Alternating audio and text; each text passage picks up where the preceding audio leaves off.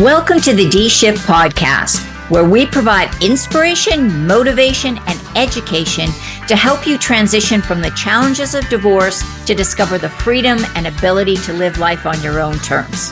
Are you ready? Let's get this shift started. Hello, and welcome to this episode of the D-Shift podcast. And today we're going to talk all about transformation, rediscovery, and really stepping into ourselves as women after going through big life transitions. We're not necessarily just going to be talking about divorce, because there's all kinds of transitions that can impact us. And I have an expert to talk to us about this. Shannon McGorry is just a phenomenal woman. I've met her several times. She's been on our summits. If you've been to any of the D-Shift summits, you've heard her speaking. She's been on the YouTube channel. We've done a few things together. We're in a couple of groups, and she just really has a unique way of looking at this. So Shannon is the creator of Activate Your Female Genius, a transformative framework that help blend clarity, habit, and actionable strategy to help you stop settling for fine and instead create an updated strategy for your current chapter in life. So just to let you know, Shannon is a PCC level coach accredited by the ICF. She's founder and chief strategist of Love, Strength, and Grace, a women's empowerment coaching firm. She's also a keynote speaker, does workshops, and she does some really cool boutique style in-person women's retreat and leadership experiences. So Shannon, welcome. Thank you, Marty. I always enjoy speaking with you and very much appreciate the opportunity to have a conversation today. Well, and thank you for that. And I think it's always amazing how I find that I tend to have the fortunate experience of being in a lot of professional groups with people who are very committed to helping others. And I think that makes a big difference. Your energies just kind of match and mesh or whatever. It takes one to know one, I think is the saying, Yeah, it kind of makes a natural thing. So without getting too far into the content yet, Shannon, tell us a little bit about yourself and why you moved into this area of women's empowerment. Sure. So I navigated my own divorce when my girls were 4 and 5. We lived in Tampa, Florida at the time, and I did have the incredible good fortune of working with an amazing therapist. And I thought I wanted to then become a therapist to help other women not be defined by that moment of divorce. And at the same time, the girls and I moved from Florida to the Philadelphia region. I was studying at 1 a.m. in a full-time weekend accelerated master's program. They had never seen snow before. They're adjusting to life that, was completely turned on its ear. And I had to take a pause and realize, this is not what I'm meant to be doing at this moment. My girls need me to help them acclimate to this new chapter of life. And in doing so, I also turned my eye to coaching and became certified as a professional coach and really settled into this niche of helping women facing this question of what now and what next? Because when I went through my own divorce, I was determined not to be defined by it. Yes, it was devastating. Yes, it was hard. Yes, there were a lot of emotions to deal with, as well as practical tasks to navigate through. However, I did not want to become resentful, bitter, defined by that. And so I saw this opportunity to help other women who maybe felt the same way. And that's really what my business was founded on. It's called Love, Strength, and Grace. And then I also developed a framework that I used as I was navigating through, because one of the most important things I realized about myself, and I find time and time again with women who are very purpose-driven and faced with divorce, or maybe like you said, another life-changing chapter. Maybe their children are leaving the nest. Maybe they're changing careers. Maybe they're moving geographically. And what came up for me at that time, Marty, was I didn't really know who I was. I had chameleoned for my whole life, or for those Disney fans out there, Moana is always kind of feeling the needs of other people and shape-shifting into what they need her to be or what she should be for them. And I had done that my whole life. I was the middle of 5 kids. I married an older guy, and I wasn't unhappy. Let me be clear. This was me defaulting to the choices of others because I loved them, or because I thought that's what you did when you compromised, or because it didn't really matter to me if we had pizza or sushi. But when I was faced with that moment of divorce, I was quickly welcomed to the school of, you got to figure this out. And by this, I mean myself.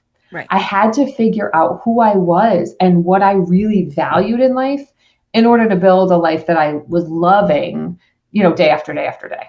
Yeah. And so this is something that I think that it's an unexpected element of divorce that really throws people. Yeah. Um, and I don't care whether you go through an amicable divorce where, generally you agree on 95% of the stuff and the other parts you're able to come to some kind of a compromise, or whether you go through a really high conflict divorce where you are, fighting for just your very survival, the needs that you have. There's going to be this time afterwards. I call it the post-divorce void, where it's just like, Yeah. okay, like it's like you're in a vacuum. Who am I? What am I Mm-hmm. doing? What is my purpose? And I think it gets more significant if you do not have children that you're caring for, whether you didn't Mm-hmm. have kids in the relationship or whether they're out of the house and on their own, and you're just there with yourself. And all of a Yeah. sudden it's like, holy shit, what do I do now? Like, what's Right. going on? How Uh-huh. do I fill my time? I've had women in their 70s who have gone through divorce who have been married for perhaps 5 decades. And they're Yeah. like, I came home and I honestly didn't know what to cook for dinner. I knew what Yeah. my kids would have liked, what my spouse would have liked. I knew what we had for dinner on Tuesday at the house. It's Tuesday Yeah. at my house and I don't have a clue what I should eat. And I don't know what I even want to eat. And that's really true. Correct. Yeah. Yes. 100,000%. It is a theme I see time and time again.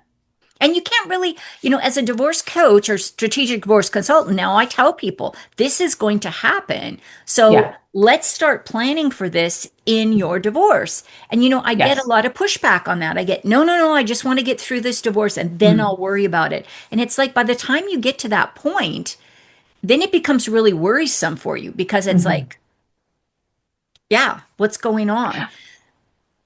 I had my therapist say to me when I was going through mine, just be careful of how you show up through the divorce process because it may inadvertently become who you are. And I find that to be true because the habits that we employ and take on, some of them stick, and we just want to make sure and check ourselves. Like, of course, yes, I went through my stage where I was like Hallmark movies and takeout food on the couch. Those were my weekends if my girls weren't with me.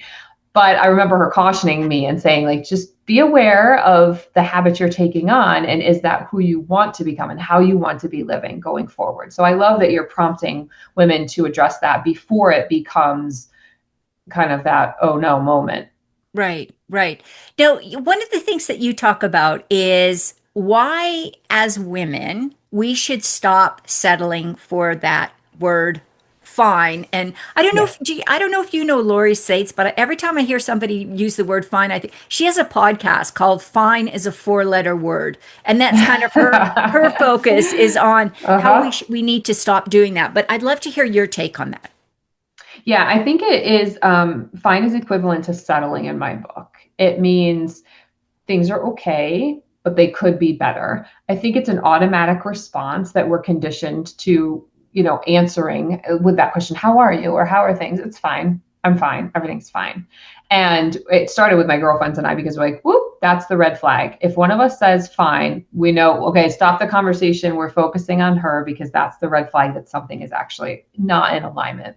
And when I do workshops or deliveries and I'm in a setting with a lot of women, I tend to ask them the question, why do you think we do this?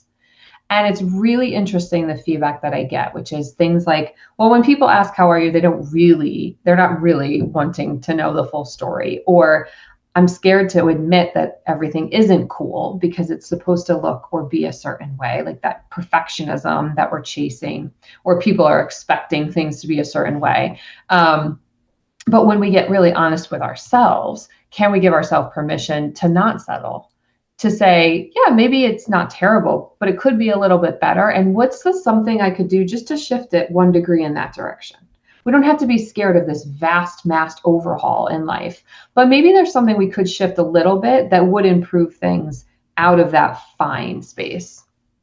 And It's so true. I think, and the other one I hear, now this may be more of a generational thing, but you just didn't talk to people about problems that you're having that are either, personal or inside the relationship.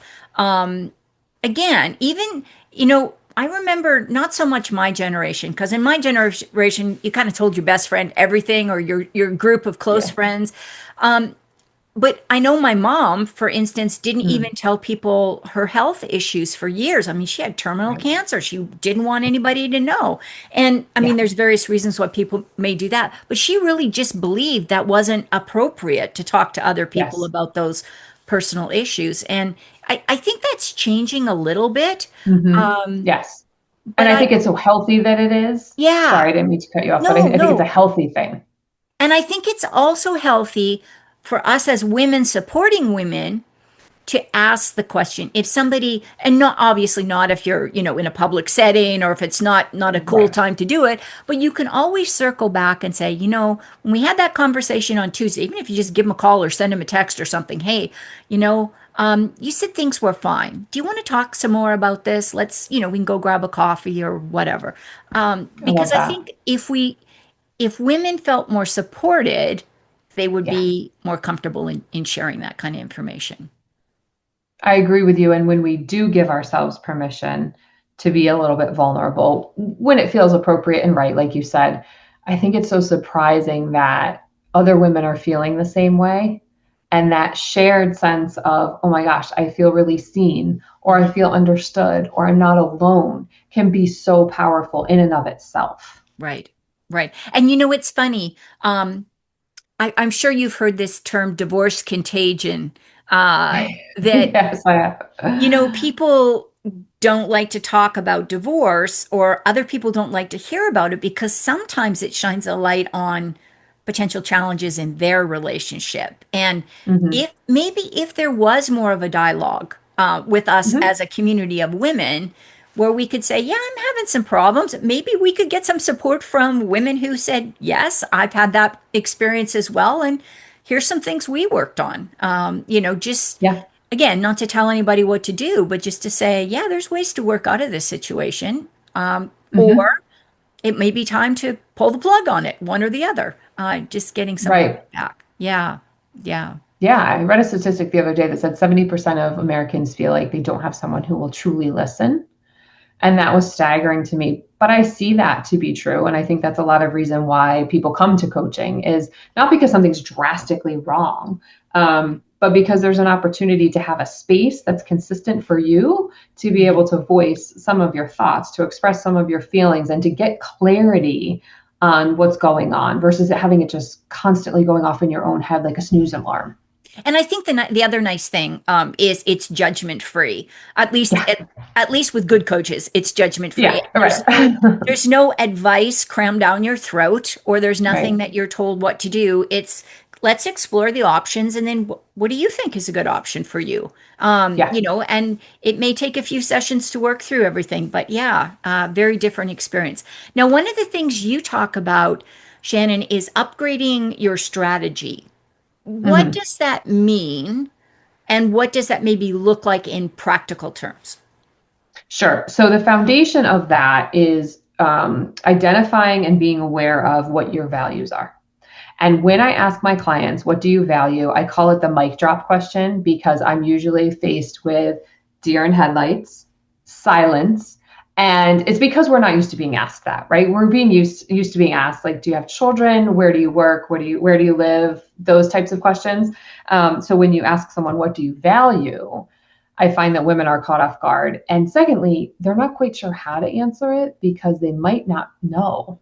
Right. And then as we start to unpack it, and they feel permission to explore what it is that they value, meaning what lights them up, what gets them out of bed in the morning, what could they not do without in life. And it could be the simple things from like their favorite cup of coffee to something like financial stability. And there's, again, no judgment, no right or wrong. I've had some clients give me two values and that's full stop. And I've had another that we worked through a list of 47 before we whittled it down to like 4 or 6 core values. But I like to bring that to women to create that awareness first and foremost, because then we can build habits and actions and decisions around those things that we value. Yeah. So that's number one. Two is that's not to discount the responsibilities that we have in our life, right? Because the values are usually the things that are fun and light us up. And the responsibilities are sometimes like inviting the elephant into the room, like, wah, wah, we drag the mood down. But when we can marry a responsibility with a value, that also shifts things a little bit. It may not change our decision, but it may make it easier in how we show up for that responsibility when it's tied to a value. And all of this to say, it's important that that's kind of where the framework or the strategy for life comes in. It's really what you value and how you're going to show up, what you're going to say yes to, what you're going to say no to, and why. And I think it's important to reevaluate that, Marty, ongoing, because life changes. Yes. A lot of us inherit our values from our parents, right? Like I certainly did. One of my values of faith came from my parents, and I'm forever grateful for it. One of my other values in college was, going out on a Thursday night with my girlfriends in my pleather pants. That's not a value I have right now as a 47-year-old mom of two. And so our values change. And if we don't keep up with that strategy, that awareness of our values for this chapter in life, that's where I believe we are inadvertently welcoming in stress and tension and resentment, because we're doing something from this I should place, or I always have, so it must be what I do. It's not necessarily true. Life changes. And as women that are purpose driven and we're taking on more in life and things are shifting, we've still got the same set of shoulders. We've still got the same brain and the heart. And are we meant to carry all of this? Can we sideline something first a little bit at a time while we're doing this other thing over here, and then pick it back up? Maybe, maybe not. But taking the time to address your values and to set a strategy, I think is one of the most empowering, impactful things I see time and time again for women. I couldn't agree more. And the thing that I want to highlight that you mentioned is that your values can change over life. Again, what you valued in your 20s is probably not the same thing you value in your 60s. I mean, some things maybe like honesty and integrity, hard work. But your hard work at 20 is different than your hard work at 60. Yeah. Hopefully. Yes. Um, 100%. yeah. And so it's okay to let go of some of those things and shift them around. Maybe something was your priority and now it's maybe number 11 or 12 on the list. Yeah. I think that is so important. And the other thing I just want to stress, Shannon, is that if you're not acting in integrity in alignment with your values, then you feel off. Yeah. And this is where I see a lot of women in divorce get kind of messed up or get added stress on them because they have a value of honesty, transparency, and even loyalty to their partner. That's a value for them. Now they're going through a divorce, so they feel like somehow they're becoming disloyal. They're going through a divorce, and maybe they're being told, don't discuss this with your partner or don't share this information with your partner from their attorney, which is not to say there's anything wrong with that. That's a strategy. You don't want to tell the other side your whole legal strategy. Right. So there's all these things that you're being asked to do that may feel out of alignment with your values. So you may have to just look at that and go, okay, I'm doing this. And not telling information is not that I'm not being transparent. It's that I'm being strategic. And so my value now has to be maybe self-preservation and strategy. So yeah, I really like that idea. Yeah. And you might be being transparent with yourself. Yeah. For now. Yeah. There may be this reorientation of where you can exercise that certain value in a different way or with a different person or in a different area. But that habit probably has been very strong, especially for people that have been married a long time and have some of those values at play, like loyalty and such that you described. Right. So I do want to make sure that we have a little bit of time to talk about the framework that you use to activate your female genius. Can you talk to us a little bit? Because I love the idea of a framework, because this is something I think that a lot of women, when they go into coaching, or a lot of human beings going into coaching, go, well, I don't want to just sit around like navel gazing. And that's really not That's not what No. effective coaching is at all. Uh-uh. So let's talk about your framework and how that helps people move through this situation. Yeah, sure. I kind of liken it to before COVID, none of us really knew what it was like to have our groceries delivered. Well, I certainly didn't, right? So we couldn't really explain that value until we experienced it. And I think sometimes coaching is like that as well. It can be a little bit nebulous or a little misunderstood. And so thanks for calling light to that, that it is, there can be strategy and intended outcomes with it. And it is a very purposeful time. It's not just like, well, let me pull out of thin air what's come up for me today and we'll just sit and chat about Right. that for an Right. hour. Yeah. No, I use a framework. It comes in three parts. It's based on defining who you are, your self leadership, and then what I like to call your signature self.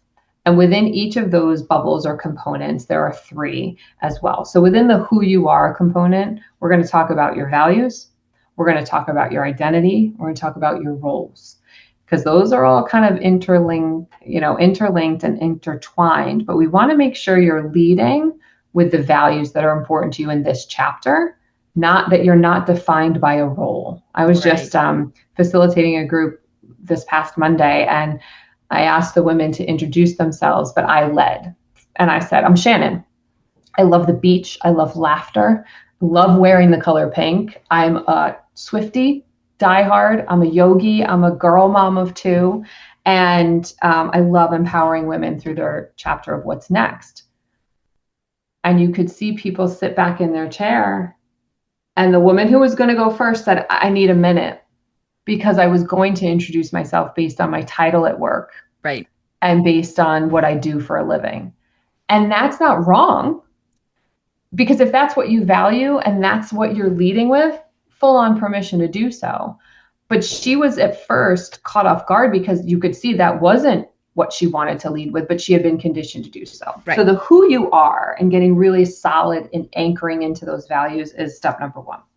The next piece of self-leadership comes in our outlets, our habits, our time, our energy. How are we leading ourselves? How are we showing up? How are we being in the world? And then the third pillar of signature self is really the fun part. That's where how are you doing life? What is your essence? What gifts do you have? What skills, what talents, what makes you externalized to the outside world? So one of my clients is like, yeah, it's my red hair. Like that is my signature sauce. We got to know that. And we got to know what our kryptonite is too. What catches me up every time? Is it my imposter syndrome where I'm sitting at a table wondering what other people are thinking of me? And so when we move through these 9 elements, I find that there are aha moments for most women where they're like, never thought about that before, or I haven't thought about that in a really long time. Or there's like strategic, practical steps that they shift where it's like, I didn't realize I was using so much time and energy thinking about my ex when I could have been planning my vacation or cooking this amazing meal. And so there's these small, but end up being large shifts in a very practical, emotional sense of self and how we're crafting our day-to-day in our life. And that's really the activate your female genius method, because I believe all of us have this purpose and passion and knowing inside of ourselves. But I think the noise of the world and specifically the chaos of divorce crowd that out. Oh, definitely. And I was getting really excited when you were going through all those things because I was thinking that is, if you really had all of those three big pillars and then the three components within or four components within, I mean, you would really know exactly who you were. I mean, if you worked Yeah. through that framework, you would have a clear picture of who you were.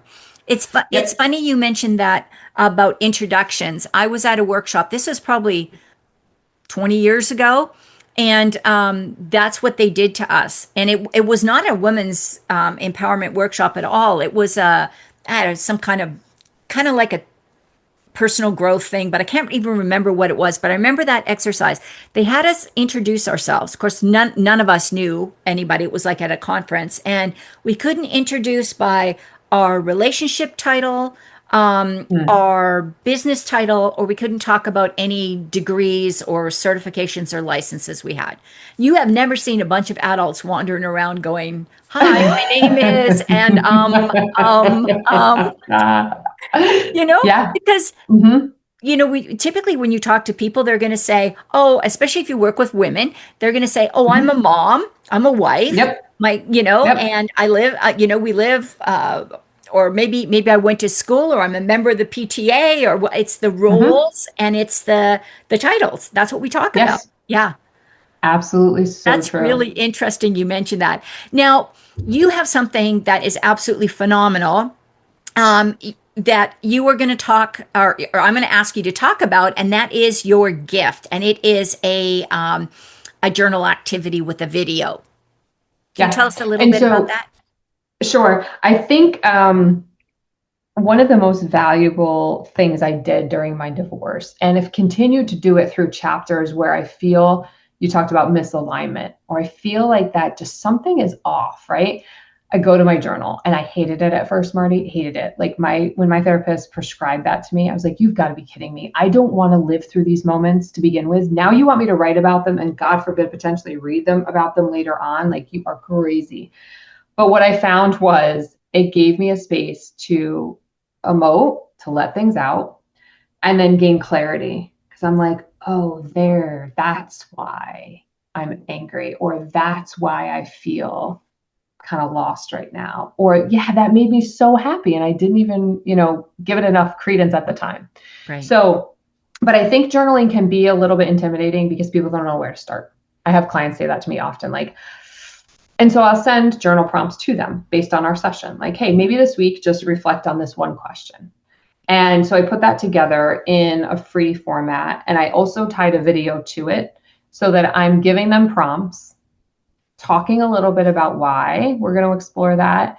Then they can pause the video, go work through the journal prompt, come back to the video and do more, or come back to it the next day. And I find it's a good match because it does provide some personal context and hopefully a little fun, because I'm not a very dry, serious person, as you could tell. But then the journal prompts are there for them too. So I do find that it's a nice mix together. Great. Yeah, thank you for that very generous gift. And I'm with you. Journaling is not my thing. I'll go through times where I'll journal and I Mm-hmm. feel really good about it. And then one day I just wake up and go, don't want to do this today. So you know what? I Nope. don't. And maybe I don't do it for a couple of months and then something will pop back up again. So appreciate that. Shannon, of all this stuff that you have shared, and you have been most generous in sharing your insight and wisdom here, what do you think is the most important takeaway you'd like people to remember from this discussion? Hmm. I think it would be to give yourself permission to get curious about what your values are right now in this chapter of life. Sideline everything else. Who you think you should be, what your roles are, what you inherited, what matters to you right now.